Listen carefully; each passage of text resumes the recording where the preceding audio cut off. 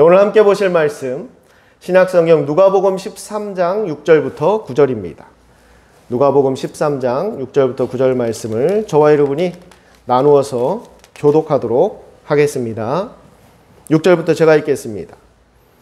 이에 비유로 말씀하시되 한 사람이 포도원에 무화과 나무를 심은 것이 있더니 와서 그 열매를 구하였으나 얻지 못한지라.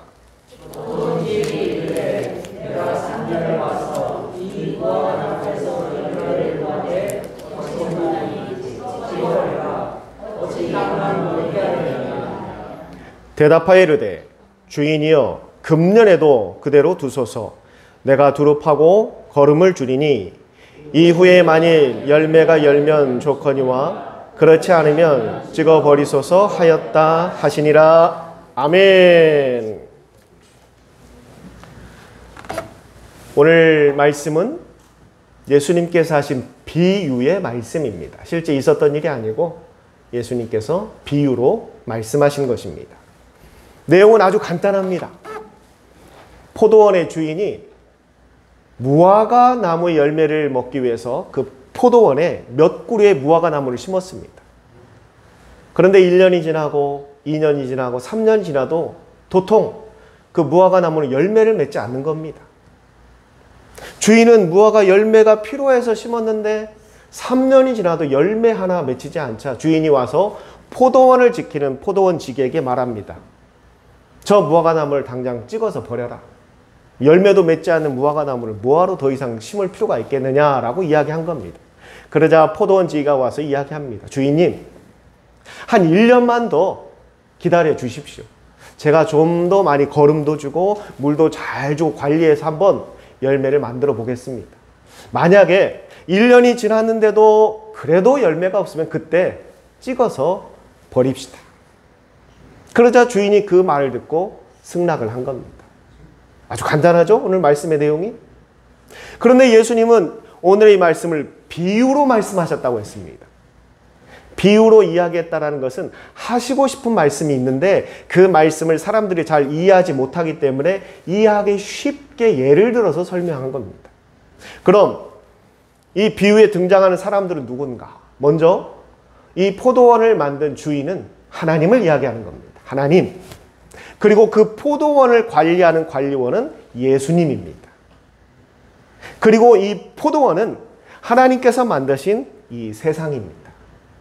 그리고 그 포도원에 심겨져 있는 무화과 나무는 바로 우리 인간들을 이야기하는 겁니다. 하나님께서 이 세상에 우리를 창조하시고 하나님께서 맺길 원하는 열매가 있었다는 겁니다. 우리 인간들이 맺어가길 원하는 열매가 있었다는 거예요. 그럼 그 열매가 무엇인가? 이사야 43장 21절에 하나님은 분명히 말씀하십니다.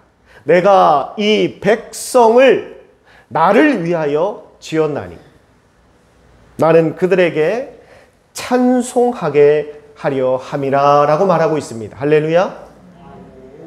하나님께서 우리를 왜 만드셨는지 그 이유와 목적을 분명히 말씀하셨어요. 하나님 앞에 무엇하기 위하여?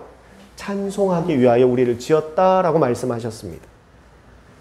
여기서 말하는 찬송이 그저 하나님을 노래하는 것, 입으로 노래하는 그런 찬양만을 이야기하는 것이 아니라 그 단어에는 경배 의미도 담겨 있습니다. 하나님을 찬양하고 하나님을 경배하기 위해서 우리를 만드셨다라는 겁니다.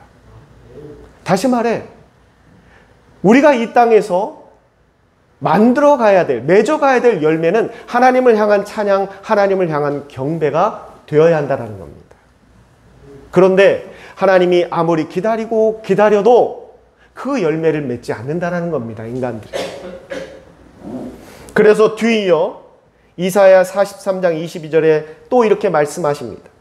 하나님께서 또 이렇게 말씀하시니 그러나 너희는 나를 부르지도 아니하였고 오히려 나를 괴롭다 생각한다 라고 말하고 있습니다.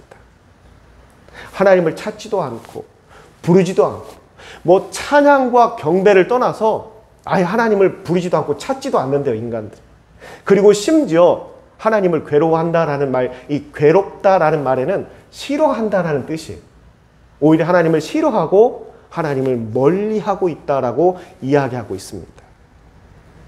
성도 여러분, 이 천지를 창조하시고 우리를 만드신 분은 하나님이십니다. 제가 우리 청년들 대상으로 창조론과 진화론에 대해서 한번 특강을 하고 싶은데 시간들이 다들 없다고 해서 제가 언제 주일에 한번 설교를 한번 하려고 합니다. 하나님께서 우리를 창조하셨고 그 창조하신 이유와 목적을 분명히 성경에 기록하셨어요. 하나님이 우리를 만드신 목적은 하나님을 찬양하고 경배하라고. 그래서 하나님 우리를 만드시고 그렇게 할 거라고 믿었어요. 그런데 우리는 오히려 더 하나님을 멀리합니다. 거부합니다. 하나님의 말씀을 귀담아 듣지도 않아요. 찾지도 않고요. 따르려고 하지도 않습니다. 지금 예수님께서 오늘 비유로 말씀하신 무화과 나무처럼 열매를 맺으라고 실컷 심어놨는데 시간이라도 아무런 열매를 맺지 않는 거예요. 그러자 하나님 뭐라고 말씀하십니까? 저 무화과 나무를 이제 필요 없으니까 뽑아버리라는 겁니다. 아마 여러분들도 그러실 겁니다. 그게 무화과 나무가 되었던 어떤 과실수가 되었던 내가 관상용으로 심지 않은 이상 분명히 열매를 얻기 위해서 심었는데 아무리 가꾸고 아무리 거름을 주고 물을 줘도 열매가 안 나온다면 더 이상 그걸 키울 이유가 없습니다. 땅만 버리는 거고요. 그냥 품만 나가는 겁니다. 그거를 빨리 뽑아서 버리고 다른 걸 심는 것이 현명한 겁니다. 그래서 하나님이 결심하셨어요. 내가 저 무화과를 이제 뽑아버리리라. 그런데 예수님이 딱 막아섭니다. 그러면서 이야기합니다. 하나님, 지금 당장 하지 마시고 1년만 더 기다려 주십시오. 제가 어떻게든지 걸음을 주고 어떻게든지 설득하고 어떻게든지 가르치고 어떻게든지 교육시켜서 열매를 맺을 수 있도록 하겠습니다. 그래서 하나님께서 그 말을 듣고 기다렸다는 겁니다. 성도 여러분, 이건 1차적으로 우리 인간들만을 이야기한 것이 아니라 가장 우선적으로는 이스라엘을 두고 이야기했던 겁니다. 하나님께서 이스라엘을 선택하시고 그 민족과 그 나라가 하나님을 경배하고 온전히 따르기를 하나님이 원하셨어요. 이스라엘이라는 나라를 선택하신 것은 온 세상에서 샘플과 같은 존재예요. 모델과 같은 존재예요. 어떻게 하나님을 섬기는 나라가 되어야 하며 어떠한 민족이 되어야 하는지를 가르치고 보여주기 위해서 누구에게? 이방 모든 나라들에게 보여주기 위해서 선택한 나라가 이스라엘이에요. 그런데 이스라엘이 겉으로는 하나님을 섬기는 것처럼 보이지만 겉으로 하나님을 예배하는 것처럼 보이지만 실제 그들의 삶과 생활 방식, 그들의 언어, 행동, 생각, 마음에는 하나님이 없었어요. 그냥 겉모습만 하나님을 섬기고 있었던 겁니다. 그래서 하나님은 수없이 많은 선지자들을 보내서 그들을 책망하시기도 하고 달래보기도 하고 설득해보기도 하고 가르쳐보기도 하고 꾸지람하기도 하고 징계하기도 하고 끊임없이 하나님은 그렇게 하셨어요. 그런데도 이스라엘은 하나도 변하지 않았습니다. 전혀 변하지 않고 오히려 더 하나님도 멀어져 갔어요. 그래서 하나님은 어떻게 하셨습니까? 결국 이스라엘을 멸망시켰어요. 로마의 티토 장군을 통해서 이스라엘을 완전히 초토화시켜 버렸습니다. 그때 성전도 무너져 버렸어요. 절대 무너지지 않을 것이라고 생각했던 하나님께서 임재하신다라는 것을 상징하는 그 성전마저 싸그리 무너뜨려 버렸습니다. 완전히 멸망받아 버렸어요. 그걸 통해서 그 모습을 통해서 우리에게 하나님이 다시 한번 말씀하고 있는 겁니다.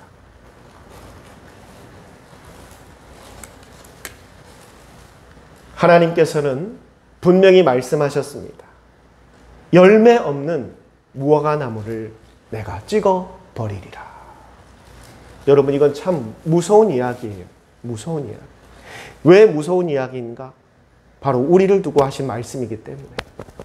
우리를 두고 하신 말씀이기 때문에. 우리 또한 하나님 앞에 열매를 맺지 못한다면 하나님께서 찍어버리겠다라는 겁니다. 뽑아버리겠다라는 거예요. 심히 두렵고 무서운 이야기입니다. 그런데 예수님께서 하나님 앞에 기회를 달라고 말하고 있는 겁니다. 다시금 돌아올 수 있는 기회, 다시금 회복할 수 있는 기회, 다시금 열매를 맺을 수 있는 기회를 어떻게든지 만들어 볼 테니까 하나님 조금만 유예해달라고, 심판을 유예해달라고, 기다려달라고, 연기시켜 달라고 이야기하고 있는 겁니다. 그런데 여러분, 지금 우리가 하나님께서 기다리는 그 3년의 삶을 살고 있는 것이 아닙니다. 무슨 말인가? 심지어 예수를 믿는다라고 말하는 우리 그리스도인들조차도 하나님께서 기다리는 그 3년이 아직 안 찼다라고 생각하는 사람들이 많습니다. 그래서 예수님의 재림은 멀고도 먼 나중 미래 이야기다라고 생각하고 있습니다. 어쩌면 내 세대에는 절대 일어나지 않을 일이고 어쩌면 내 자식의 자식 때에도 안 일어날지도 모른다라고 여기고 있습니다. 왜? 아직 하나님께서 말씀하신 3년이 다 안 됐기 때문에. 그래서 마음 편하게 신앙생활하며 살아갑니다. 내가 하고 싶은 거 다 하고 내가 즐기고 싶은 거 다 즐기면서 그렇게 여유로운 신앙생활을 하며 살아갑니다. 즐거운 신앙생활을 하며 살아갑니다. 내 마음 편한 신앙생활을 하며 살아가요. 왜? 아직 3년이 안 됐기 때문에. 그런데 여러분, 성경 곳곳에서는 우리에게 말씀하고 있습니다. 지금 우리가 살아가는 이 삶은 하나님께서 기다리셨던 3년이 아니라 이미 그 3년은 끝났어요. 언제 끝난지 아십니까? 예수님께서 오신 그 해 끝났습니다. 지금 우리가 살아가는 이 삶은 예수님께서 간곡하게 부탁하여 얻어낸 1년의 삶입니다. 이건 정말 매우 다른 삶의 적용이 필요하다라는 거예요. 하나님께서 기다리셨던 3년이라면 좀 여유 있게 기다리며 신앙생활 할 수 있어요. 내 믿음도 좀 천천히 성장시키고 내 신앙생활 하는 것도 조금씩 상황 봐가면서 환경 봐가면서 내 형편 봐가면서 그렇게 할 수 있어요. 왜? 아직 3년이나 남아있기 때문에. 그러나 지금 우리의 삶은 결코 그 3년의 삶이 아니라는 겁니다. 우리는 이제 마지막 기회인 이 기회마저 잃어버린다면 우리에게는 다시금의 기회는 없습니다. 그 마지막에 1년을 살아가고 있다는 것. 사랑하는 성도 여러분, 우리는 지금 하나님께서 처음 약속하시고 기다렸던 그 3년의 삶을 살고 있는 것이 아니라 예수님께서 그 핏값으로 얻어낸 마지막 기회, 그 1년의 삶을 살아가고 있습니다. 이제 이 마지막 기회가 가면 다시는 우리에게 그 어떠한 기회도 오지 않습니다. 이제 마지막 남아있는 것은 하나님께서 말씀하신 심판뿐입니다. 디도서 3장 14절에 이렇게 말씀하고 있습니다. 우리 사람들도 열매 없는 자가 되지 않게 하기 위하여 지금 우리에게 필요한 것을 준비하는 일에 힘쓰기를 배워야 한다라고 말하고 있습니다. 이미 디도서에서도 말하고 있어요. 우리가 삶 가운데 맺어야 되는 열매가 있다는 겁니다. 그런데 그 열매를 맺지 못하니까 그 열매를 맺을 수 있도록 배워야 한다는 거예요. 깨달아야 한다는 거예요. 그래서 그 열매를 맺는 삶을 살아가자라는 겁니다. 죄가 무엇인지를 모르는 이스라엘 백성들을 위해서 하나님께서는 율법을 주셨습니다. 죄를 짓고 살아가는데 그 죄가 무엇인지조차를 모르는 거예요, 이스라엘 백성들이. 그래서 죄가 무엇인지를 알게 하기 위해서 율법을 주셨어요. 또한 눈에 보이지 않는 하나님을 어떻게 믿고 섬길 수 있느냐, 눈에 보이지 않는 하나님을 어떻게 따를 수 있느냐 하는 그들에게 눈에 보이는 하나님 예수 그리스도를 보내주셨습니다. 신앙생활이 무엇인지, 믿음 생활한다라는 것이 무엇인지, 예수 믿은 사람들이 어떻게 살아가야 하는 것인지, 그리스도인들이 삶 속에서 어떠한 삶을 살아야 하는지 우리는 모르기 때문에 배워야 합니다. 그냥 막연하게 여러분 주일에 교회 예배 참석하고 그저 내 책꽂이에 성경책 하나 꽂혀 있는 것이 신앙이 아닙니다. 정말 그리스도인들이 어떻게 사는 것인지, 예수 믿는 사람들의 삶이 무엇인지 우리도 이제 배워야 됩니다. 배워야 돼요. 그래야 할 수 있습니다. 여러분, 배우지 않으면요 못해요. 절대 못합니다. 예수님께서도 그 제자들을 무려 3년간 데리고 다니면서 계속 가르치셨어요. 보여주시고 말씀으로 가르치고 꾸짖기도 하시고 혼내기도 하시면서 가르쳤어요. 그렇게 3년간 가르치시고 그 다음에 세상을 향해 보냈습니다. 예수님께서 제자들 부르자마자 이제 너희들은 나를 전해라 하면서 보내지 않았어요. 왜? 가서 뭘 해야 되는지를 모르기 때문에, 무엇을 전해야 되는지, 어떻게 전해야 되는지를 모르는 그들에게 어떻게 가라고 하겠습니까? 그래서 예수님이 3년간 그들을 데리고 함께 동고동락하면서 가르치셨어요. 직접 삶을 통해 보여주셨고 말씀을 통해 양육하면서 가르쳤습니다. 그리고 나서 준비가 다 되었을 때 보냈습니다. 마찬가지. 우리도 이제는 배워야 합니다. 그냥 말로만, 입으로만 신앙생활 할 수 없어요. 무엇을 하는 것이 신앙생활인지, 어떻게 하는 것이 믿음생활인지를 이제는 배워야 합니다. 배우지 않으면 우리는 영원히 못합니다. 영원히 못하면 우리는 하나님께서 원하시는 열매를 맺을 수가 없어요. 삶 속에. 맺을 수 없다니까요. 열매를 맺지 못하면 남은 것은 무엇밖에 없는지 아십니까? 하나님 앞에 들을 책망밖에 없어요. 그러니 우리는 열매를 맺는 삶을 이제 살아야 합니다. 우리에게 주어진 이 마지막 기회를 우리는 잡아야 돼요. 그 기회가 무엇이냐? 바로 텃밭 모임입니다. 텃밭 모임을 왜 하는 것인지를 아직도 혼돈하시는 분들이 계신다고 해서 제가 이렇게 구체적으로 설명을 드린 겁니다. 텃밭 모임은 배우는 시간입니다. 단순히 성경을 배우는 성경 공부가 아닙니다. 찬양을 배우는 것이고, 말씀을 배우는 것이고, 기도를 배우는 것이고, 신앙을 배우는 것이고, 믿음을 배우는 것입니다. 왜 배워야 하느냐? 지식적으로 기도란 이거고 이거니까 암기하라는 것이 아니라 그 찬양을, 그 기도를, 그 말씀을, 그 신앙을 내 삶 속에 어떻게 적용하며 살아가는 것인지, 내가 그리스도인으로 산다라는 것이 무엇인지, 이러한 것을 구체적으로 배워야 합니다. 그래야 내 삶 속에서 내가 그러한 삶을 살아갈 수 있기 때문에. 지금 우리 목회협력위원회 우리 사람들, 구성원들 중에 일부가 이미 지금 벌써 2번을 했습니다. 텃밭 모임을. 이제 다음 주에 또 하면 이제 3번째가 됩니다. 배워야 합니다. 배우지 않으면 못해요, 여러분. 그냥 교회 다니는 그 연수만 찼다고 해서 할 수 있는 게 아니에요. 10년을 다녔던 20년을 다녔던 제대로 배우지 않으면요 못합니다. 그래서 텃밭 모임은 그것을 가르치는 겁니다. 그리고 텃밭 모임에서 여러분들은 그것을 배우는 겁니다. 저는 목사로서 저와 교회는 여러분들에게 그 배움의 장을 열어드리려고 합니다. 여러분에게 기회를 제공하는 겁니다. 배울 수 있는 기회를 주는 겁니다. 그것을 선택하고 그것을 배워가는 것은 이게 여러분들의 몫입니다. 그러나 분명히 저와 교회는 여러분들에게 기회를 제공할 겁니다. 나에겐 그런 기회가 없었다. 배울 기회가 없었다. 그런 핑계를 댈 수 없습니다. 이번 텃밭 모임 같은 건 정말 저도 그렇고 교회도 그렇고 최선을 다해 준비할 거고 또 꾸준히 진행할 거고 분명히 결실을 볼 수 있도록 나아갈 겁니다. 성도 여러분, 텃밭 모임은 양육을 받는 시간입니다. 그리스도인이 무엇인지를 배우는 시간입니다. 신앙생활이 무엇인지를 배우는 시간입니다. 그걸 배워야 여러분의 삶 속에 적용시킬 수 있습니다. 그리고 여러분들이 그러한 삶을 살아갈 수 있는 겁니다.